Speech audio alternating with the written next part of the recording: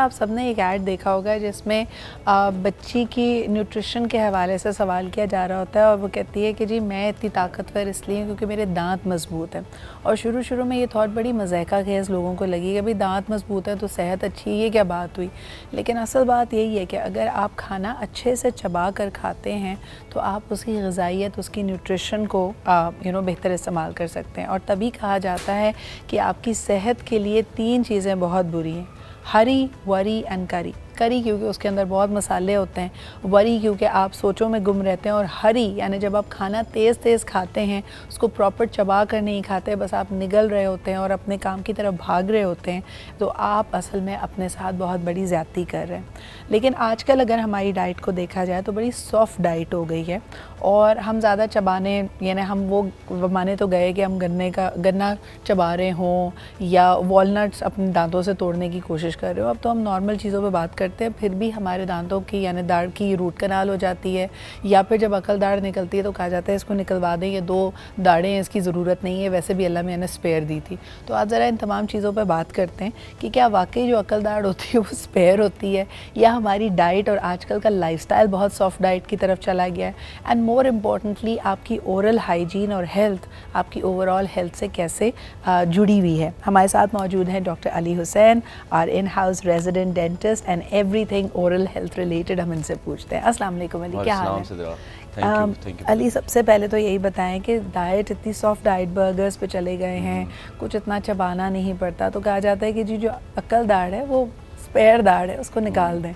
आप इस बात पे बिलीव करते हैं?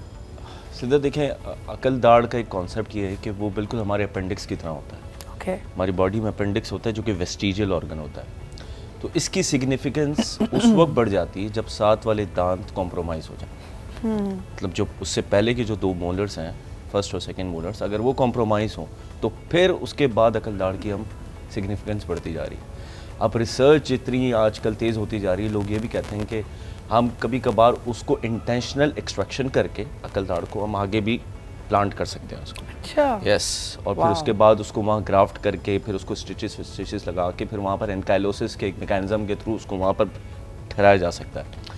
लेकिन अदरवाइज़ अगर अकल दाढ़ टेढ़ी है, आपके साथ वाले दांत को ज़ख्मी कर रही है जो उससे पहले वाला दांत है, या फिर क्योंकि वो स्केलेटल ग्रोथ कंप्लीट हो चुकी होती है 18 से 25 के दरमियान, और वो आपको प्रेशर दे रही है और फिर TMJ का पेन हो रहा है, जॉइंट का पेन हो रहा है, मुंह खुलने में प्रॉब्लम हो रही है, इन्फ्लेमेशन हो रही है, या कोई ऑर्थोडोंटिक रीज़न की वजह से जिससे आप बहुत ज़्यादा वाकिफ़ हैं, तो फिर उसकी एक्सट्रैक्शन लाजमी है। मुझे ये बताएं अली कि अगर ऐसा कोई मामला है कि वो बाकी दांतों को तकलीफ़ दे रही है या किसी नर्व को हिट कर रही है, तो 4 में से 1 अकल दाढ़ कर रही होगी, जब एक्सट्रैक्शन होती है तो चारों की क्यों कर देते हैं? देखें, उसमें ये होता है कि खुदा का एक मैकेनिज्म है दांतों को ऐसे बिठाने का, जोड़ियों में, जैसे हमें जोड़ियों में बनाया गया था शुरू, इसी तरीके से दांतों को भी जोड़ी में। जैसे कि अगर हम ये दांत निकाल दें तो ये ऊपर वाला दांत सुपर एरप्ट होना शुरू हो जाता है, पार उसके मिलाप के लिए आता है वो, इस तरीके से नीचे वाला। तो अगर वो मिलाप के लिए निकलता रहेगा तो फिर गाल पे लगेगा, सही, या नीचे मसूड़े पे लगेगा, या और इसी तरह सिर्फ एक साइड पे दोनों नहीं निकाल सकते, दूसरी तरफ इम्बैलेंस हो जाएगी। दूसरी तरफ भी अगर एक निकालेंगे तो दूसरा उसको निकालना काउंटर पार्ट बहुत इंपॉर्टेंट है, अदरवाइज फिर वो सुपर एरप्ट होकर ये गाल पे लगेगा या नीचे उसको हड्डी को जख्मी करता है। सही। यही रीज़न है कि जो हमारे अबाउ 40 के जो लोग हैं जो मोलर्स निकाल चुके होते हैं और उनके ऊपर के काउंटर पड़े होते हैं, तो वो आके हमें कंप्लेन करते हैं हमारी हड्डी में दर्द होता है। हमें नहीं पता दांत हमारे हैं नहीं, या हमने निकाले थे कहीं उसके पीसीस, तो वो ऐसा, उसका मेन रीज़न ये है कि उसके ऊपर वाले जो दांत है वो नीचे च्यूइंग के दौरान लगना शुरू हो जाते हैं नीचे हड्डी के जाके, सही, और फिर दर्द होना शुरू। अच्छा, मुझे बताएं कि अक्सर लोग ये कहते हैं कि दांत में अल्लाह ताला ने सेल्फ हीलिंग प्रॉपर्टीज़ भी रखी हैं। जैसे अगर कैविटीज़ हों, कुछ लोग कहते हैं कि जी पहले ज़माने में जैसे मंजन या कोई और लौंग वगैरह होता था कि रख लें जी कैविटी खुद ही चली जाएगी। आज तो ऐसा नहीं होता, आज तो आपको उसकी फिलिंग कराना ज़रूरी है, और अगर आपने उसको अनअटेंडेड छोड़ा तो फिर मामला रूट्स तक पहुँच जाता है। देखें, इसमें यह है कि यहाँ पर फ्लोराइड का रोल बड़ा इंपॉर्टेंट है, और उसके साथ साथ कुछ ऐसे हमारे पास फिलिंग मटेरियल्स हैं जो कि मिनरलाइजेशन को प्रमोट करते हैं। हम उसको वहाँ डालते हैं और वो चीज़ वहाँ पर मिनरलाइज होना शुरू हो जाती है। इसमें कहीं ना कहीं मैं आपको फिर ले जाऊँगा रीजनरेटिव मेडिसिन की तरफ, डेंटिस्ट्री की तरफ, जो स्टेम सेल का एक कॉन्सेप्ट है कि वहाँ पर अगर हमने वो जो स्टेम सेल जो पल्प के अंदर होता है, जो एक नर्व की टिश्यू होता है दांत के अंदर, जो उसका कोर बीच में जो होता है, एनामल, डेंटिन, फिर उसके बीच में पल्प, तो उसको प्रमोट करने के लिए, वहाँ से रीजनरेटिव सेल्स निकालने के लिए हम कुछ ऐसी दवाइयाँ ऊपर से डालते हैं जो फिलिंग मटेरियल के अंदर होती है। जैसे कि बच्चों में एक मटेरियल है GIC नाम का, ग्लास आयनोमर सीमेंट कहते हैं, वो टेम्परेरी फिलिंग मटेरियल कहलाता है, लेकिन उसके अंदर फ्लोराइड होता है, तो वो प्रमोट करता है वहाँ पर रीमिनरलाइजेशन को। इसी तरीके से कुछ दवाइयाँ होती हैं कैल्शियम हाइड्रोक्साइड या MTA नाम की, जिससे हम लोग वहाँ पर एपेक्सिफिकेशन करवाते हैं, या फिर वहाँ पर एक समझ लें कि अगर कोई नस बनी नहीं है चोट की वजह से, तो हम उसको प्रमोट करवाते हैं और वो चीज़ें बनना शुरू हो जाती हैं। सही। अब इसमें बड़ा कॉन्सेप्ट हमारी डाइट का भी है। अगर हमने रेगुलर मीठा खाना वहाँ पर शुरू किया, तो जितना वहाँ पर एसिडिक एनवायरनमेंट होगा, मिनरलाइजेशन इतनी कम होना शुरू हो जाएगी। So we need to definitely balance the diet with our regular dental. इसमें 2-3 बड़ी अहम चीज़ें थी जो मैंने कहा कि आपसे ज़रूर डिस्कस करें। एक मिथ है अली कि बार बार जब हम क्लीनिंग के लिए जाते हैं अपनी, तो वो आपके दांत के एनामल को कमज़ोर करती जाती है, and a lot of people stay away from that. लेकिन हम जितना चाय कॉफ़ी का इस्तेमाल करते हैं, दांतों की स्टेनिंग भी हो रही है। आप ओरल हाइजीन के हवाले से लोगों को क्या कहते हैं? और सेकेंडली ये कि मसूड़ों से खून आना, लोग कहते हैं जी मुझे स्ट्रेस बढ़ा है, मेरा BP हाई है, तो नहीं, ये कोई रीज़न नहीं होती। आपके मसूड़ों से खून आ रहा है, इसका मतलब है आपकी ओरल हाइजीन कॉम्प्रोमाइज़्ड है। आपको पहले तो अच्छे से ब्रश करने की, फ्लॉस करने की ज़रूरत है।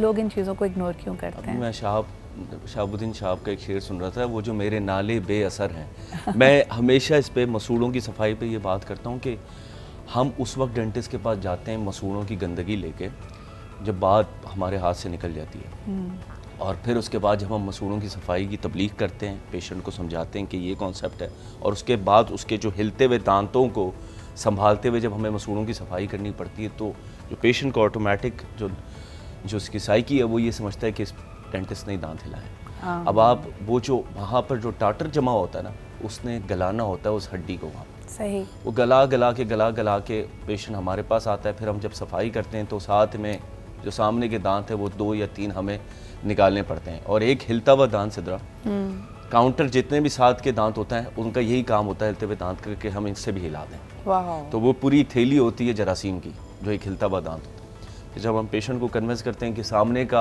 आगे का दांत आप निकाल दें, तो उसके लिए तो ये शॉकिंग हो कि भाई मैं सोशली मैं क्या करूँगा, फिर उसके बाद नेचुरल रिप्लेसमेंट मुझे मिलेगी या नहीं मिलेगी, और वो जो हड्डी गला चुका है तो फिर वहाँ पर रिप्लेसमेंट के ऑप्शंस भी कम हो गए। फिर वो ब्रिज की तरफ जाता है। और तो सोने पे सुहागा, अगर इस पे आपने ऑलरेडी स्मोकिंग या टोबैको च्यूइंग की है, और अगर डायबिटीज इसके साथ है, तो आप समझ लें कि फिर तो वो ऑप्शंस ही नहीं है एग्जैक्टली, फिर वो कम होना शुरू। फिर इम्प्लांट्स की तरफ जाएं तो फिर बोन ग्राफ्टिंग का सहारा लेना पड़ता है, फिर दूसरी चीज़ें। अच्छा, तो इसका मतलब है कि एक तो मसूड़ों का ख्याल रखना बहुत लाजमी है। डायबिटिक पेशेंट्स के लिए 6 महीने में एक दफ़ा सफाई करवाना, और अगर जो नॉन डायबिटिक हैं उनके लिए साल में एक दफ़ा मसूड़ों की सफाई करवाना लाजमी है, वरना आप 35 के बाद रिप्लेसमेंट के लिए तैयारी कर लें। अच्छा, दूसरी चीज़ जो मैंने बात की थी कि स्केलिंग, या जिसको हाइजीन हम नॉर्मली कहते हैं, इससे एनामल या दांत कमज़ोर तो नहीं होता? इस स्केलिंग के ना जो टेक्निक्स हैं वो वेरी करती हैं। अगर क्लिनिशियन की टेक्निक ठीक है तो एनामल ख़राब नहीं होगा। हाँ, अगर आपने एग्रेसिव तरीके से उसकी जो तरह कुछ स्कूलों में टेक्निक अच्छी तरीके से सिखाई जाती है, कुछ जो इग्नोर करना शुरू कर दें, तो उसका एक टेक्निक है, अगर उसके थ्रू की जाए तो इनेमल कमज़ोर नहीं होता। लेकिन हर 3 महीने में, हर 2 महीने में जो लोग जाके स्केलिंग करवाते हैं वो भी ठीक नहीं है। इसके साथ साथ यहाँ पर वाइटनिंग का कॉन्सेप्ट भी मैं डाल दूँ, ब्लीचिंग का। हम स्केलिंग के साथ साथ हम जो वाइटनिंग करवाते हैं उसका भी एक आप समझ लें कि उसकी भी एडिक्शन ठीक नहीं है, उसको भी बार बार होम ब्लीचिंग करवा रहे हैं, ऑफिस ब्लीचिंग करवा रहे हैं। यही पूछना चाह रही थी कि ओवर द काउंटर बहुत सारे अब आपको ऐसे प्रोडक्ट्स मिलते हैं कि ट्रेस के साथ मिलते हैं कि आप जी आप यकायक अपने दांतों में चमक ले आइए, डैजल कर लीजिए, क्या ये करना सही है? पर आप समझ लें कि हाइड्रोजन पेरोक्साइड बार बार अपने दांतों पे लगाना तो वो ठीक नहीं है। लेकिन यह है कि साल में एक दफ़ा या 2 साल में एक दफ़ा अगर आप वाइटनिंग करवाना चाहते हैं इन अ प्रॉपर कम कंसंट्रेशन वाली ब्लीचिंग किट से, तो कोई मसला नहीं है इसमें। अली, एक और चीज़ जो मैंने हाल ही में देखी कि जो लोग स्मोकिंग या वैसे भी जेनेटिकली जिनके गम्स काले हैं यानी मसूड़े काले हैं, वो आजकल लेज़र ट्रीटमेंट्स करा रहे हैं उसको एक तरह से ब्लीच करने के लिए या सोशल ऑकवर्डनेस अपनी कम करने के लिए। इसके कोई नुकसानात? इसके कोई नुकसान नहीं है। और मैं आपको पहले बता दूं कि पेशेंट के जो काले गम्स हैं उसका रीज़न उसका खुदा न खास्ता कोई आप समझ लें कि कोई दांतों से रिलेटेड उसका इतना कोई इशू नहीं होता। वो एक मेलानिन नाम का एक प्रोडक्ट होता है हमारी मसूड़ों में, वो जिनमें ज़्यादा है तो उसमें उसके जो गम्स हैं वो ब्लैक। और आप दो तरीके से हो सकता है, एक तो ये ब्लीचिंग के थ्रू होता है, दूसरा हम सर्जरी भी करते हैं इसको। अच्छा, स्क्रैप आउट कर देते हैं ऊपर के, तो वो जब दोबारा से लेकिन क्या ये स्मोकर्स में ज़्यादा होता है? स्मोकर्स में पाए, और डेफिनेटली इसमें निकोटीन का डिपॉजिट जब हमारे गम्स में होना शुरू हो जाता है तो कहीं ना कहीं रिफ्लेक्शन गम्स पे भी आता है। और अगर छोटे बच्चों में ये हो तो यह क्या किसी न्यूट्रिशन की या न्यूट्रिएंट की कमी की डेफिनेटली इसमें आयरन और विटामिन सी और ये तमाम चीज़ें इसमें मैटर करती हैं। लेकिन कुछ लोग हमारे पास जेनेटिकली जो गम्स उनके ब्लैक हैं वो भी उसके लिए कंप्लेन के लिए आते हैं कि हमें ये नोटिस। अच्छा, जिनके जेनेटिकली डार्क गम्स हैं क्या उनको ये लेज़र ट्रीटमेंट्स फ़ायदा देते हैं अली? बिल्कुल फ़ायदा देते हैं और इसका डेफिनेटली नज़र आता है गम्स में रिजल्ट। और देखें ब्लीच हमारी जो लेज़र ट्रीटमेंट है डेंटिस्ट्री में, जितना कॉस्मेटिक वर्क में फेस में जितना इसका रिसर्च साबित हो रही है, डेंटिस्ट्री में इट्स क्वाइट न्यू नाउ। तो भी काफ़ी टाइम लगेगा इसमें चीज़ें। ऑल्दो अब यहाँ तक कि यूरोप अगर आप जाएं वहाँ पर तो हार्ट टिश्यू को ब्रेक भी हम लेज़र के थ्रू ही कर रहे हैं। सही। लेकिन पाकिस्तान में क्योंकि रिसोर्सेज की कमी है और it's a very expensive armamentarium, laser की जो मशीन होती है, तो उसको अभी वहाँ यहाँ पर ज़रा काम करने में थोड़ा सा टाइम लगेगा। तो उस वक्त तक ज़रा देसी टोटकों पे काम करें और देसी के अलावा बेसिक हाइजीन, दिन में देखें आप 2 दफ़ा ब्रश करें, माउथ वॉश करें और you know fasting. I think हर वक्त जो हमारा मुंह चलता रहता है और हम कुछ ना कुछ खाते रहते हैं, that is often you know आपकी पूरे जो माउथ की बायोकेमिस्ट्री इसको ख़राब करता है, एसिडिक कर देता है। कुछ लोग समझते हैं कोल्ड ड्रिंक पी लें या कुछ कर लें उसके बाद फ़ौरन ब्रश करेंगे ठीक हो जाएगा। रिसर्च ये प्रूव करती है कि कोल्ड ड्रिंक पीने के बाद आपका माउथ इतना एसिडिक होता है कि उस वक्त एक्चुअली ब्रश करना आपके लिए ज़्यादा नुकसानदेह है। तो probably just have as much water as you can. Weight के लिए भी अच्छा है कि stop drinking your calories. Thank you so much Ali for being here.